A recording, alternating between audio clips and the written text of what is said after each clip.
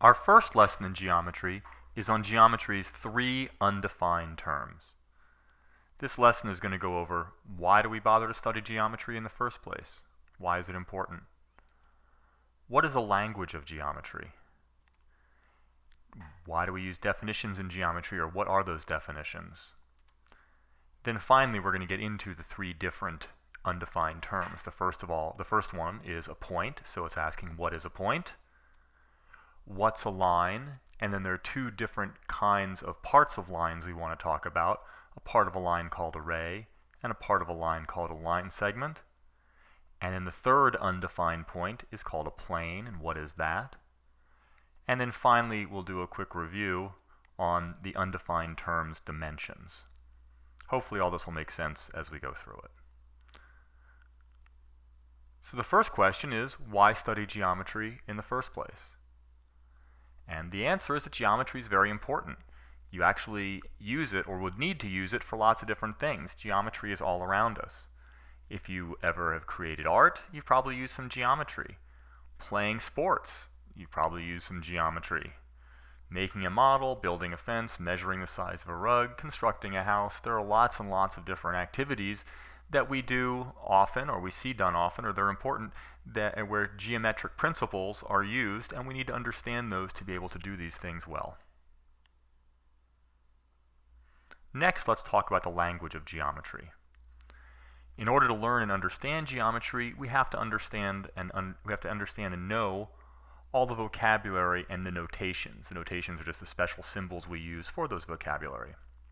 Once we know those things, it will allow us to read, write, and speak just like any other language, except this language is the language of geometry. And so throughout this whole course, we'll be learning more terms and the notations that go along with them. So we talked about definitions. What are definitions in geometry? Well, a definition is simply a statement of the meaning of a word. So whenever you define something, you're saying what that something means. Now, most of the time, when we define something, or we introduce a new term, we can define it by using terms that have already been defined. So we already know what words we're using to define that term. However, the first time that we want to define a word, it can't work this way, because there aren't any other words yet defined that we can use to define it. The first time we do it, by definition, we're going to be using a term that hasn't been used before. Therefore, we have to have some undefined terms, that is, some terms for which there is no definition, because they're the first ones. And in geometry, there are three such undefined terms. They are a point, a line, and a plane. Now, just because these are undefined terms, it doesn't mean that we can't use ideas in a language that we all understand to describe them, so we can get an idea of what these things are. So we'll have an idea of what they are, even though we can't actually define them, because to define them would require us to have some other words, and we haven't defined any other words yet. These are the first three. So one of those terms is a point. What is a point? Well, a point is the basic building block of geometry. You can think of it as an exact location. So for example, an ordered pair. And on that ordered pair over to the right on the Cartesian plane, I've put the point 2, 2. That is a point, the point 2, 2.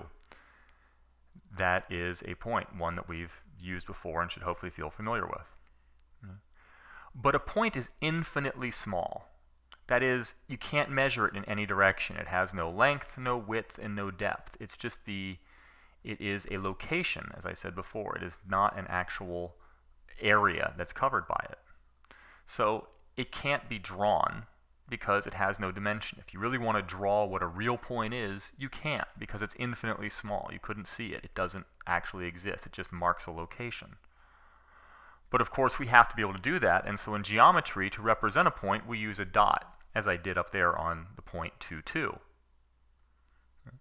When we want to label a point, we label it with a capital letter. And this is the notation I was talking about earlier. So we would call this point, point L. And if you make a dot on a piece of paper with a pencil, you get a reasonably good picture of what a point is. The sharper the pencil is, the better your picture will be because the point keeps getting smaller and smaller. But the picture will always only be approximate because the dot will always cover some area, otherwise you wouldn't be able to see it. But the point covers no area at all. But if you think of a point as smaller and smaller dots made by sharper and sharper pencils, you get a good idea of what we mean in geometry by the term point. So now let's move on to our next undefined term, in this case, a line. Well, what is a line? Well, a line is straight. In geometry, when we talk about a line, it's always straight. There's no curved lines in geometry. It's made up of infinitely many points. It takes infinity points to make up a line. And a line is one dimension. That means that it has length, but it has no width or thickness, and it has no depth. It only goes in one direction, and that's in length. And it extends forever in both directions in length. So you can think of it as left and right. It goes on and on and on forever. It never stops.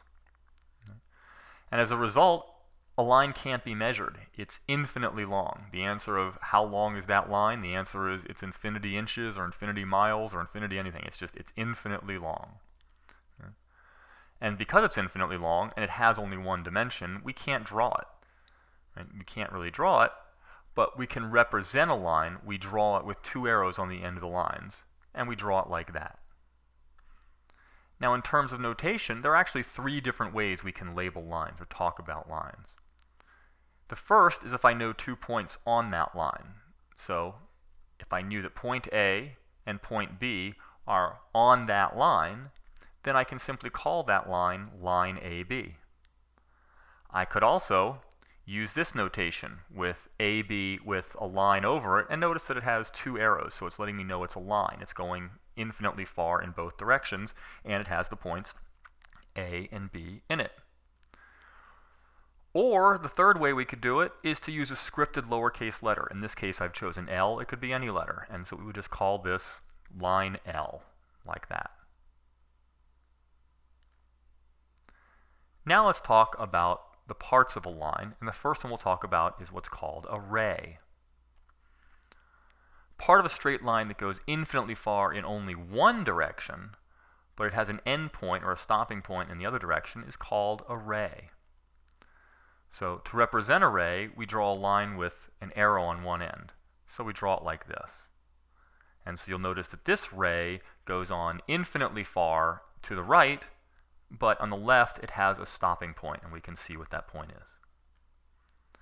And like a line, it can be labeled in three different ways. Similar to a line, if I know 2 points on the ray, so in this case A and B, I could just call this ray AB.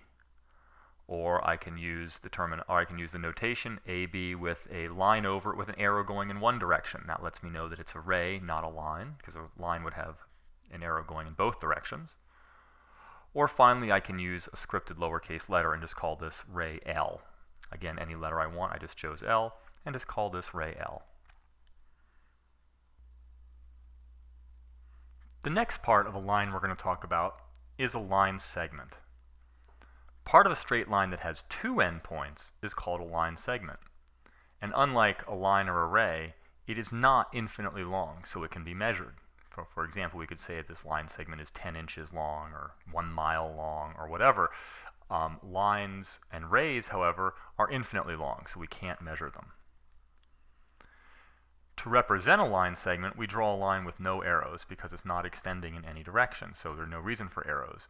But again, I want to make sure you understand that this thing right here, we draw it like this thing right here is not really a line segment. We're just representing a line segment. A real line segment you couldn't see because it only has one dimension.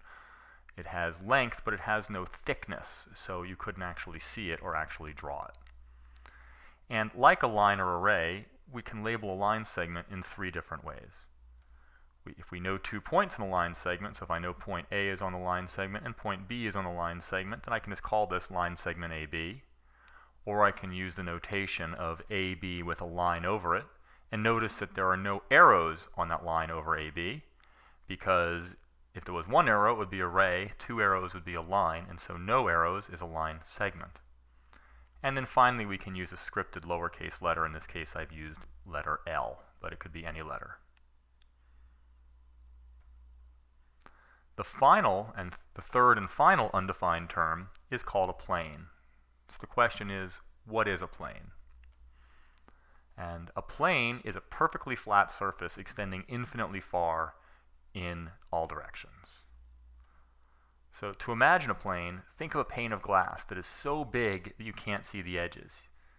Anywhere you look, you can't see the edge of this giant pane of glass that goes on and on and on into infinity, so you can't ever see the edge.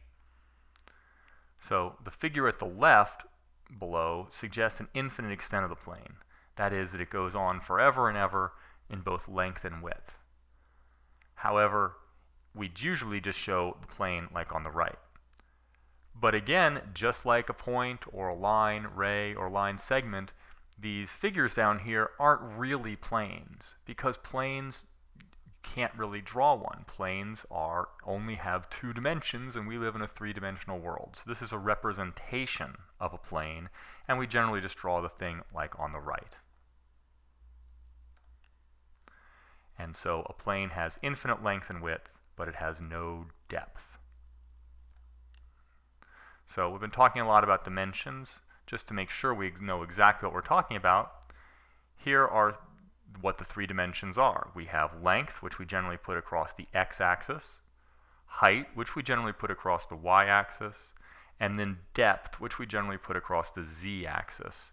And of course, this is a 2-dimensional representation of 3 dimensions, so the z, you have to imagine it going through your screen away from you, and that's what depth really is. And so if we look at the number of dimensions, we can do a quick review and see if we know what term they are. So if there's 0 dimensions, that is, what has no length, no height, and no depth, it simply marks a location. The answer is, and hopefully you know it now, is a point. If we look at something that has 1 dimension, that is, it has a length but no height or no depth, that would be a line. And of course, if we're part of a line that goes on in one direction, we could call it a ray. Or if it's a part of a line that is measurable because it has 2 endpoints, that would be called a line segment. But a line segment, and a ray all have only 1 dimension.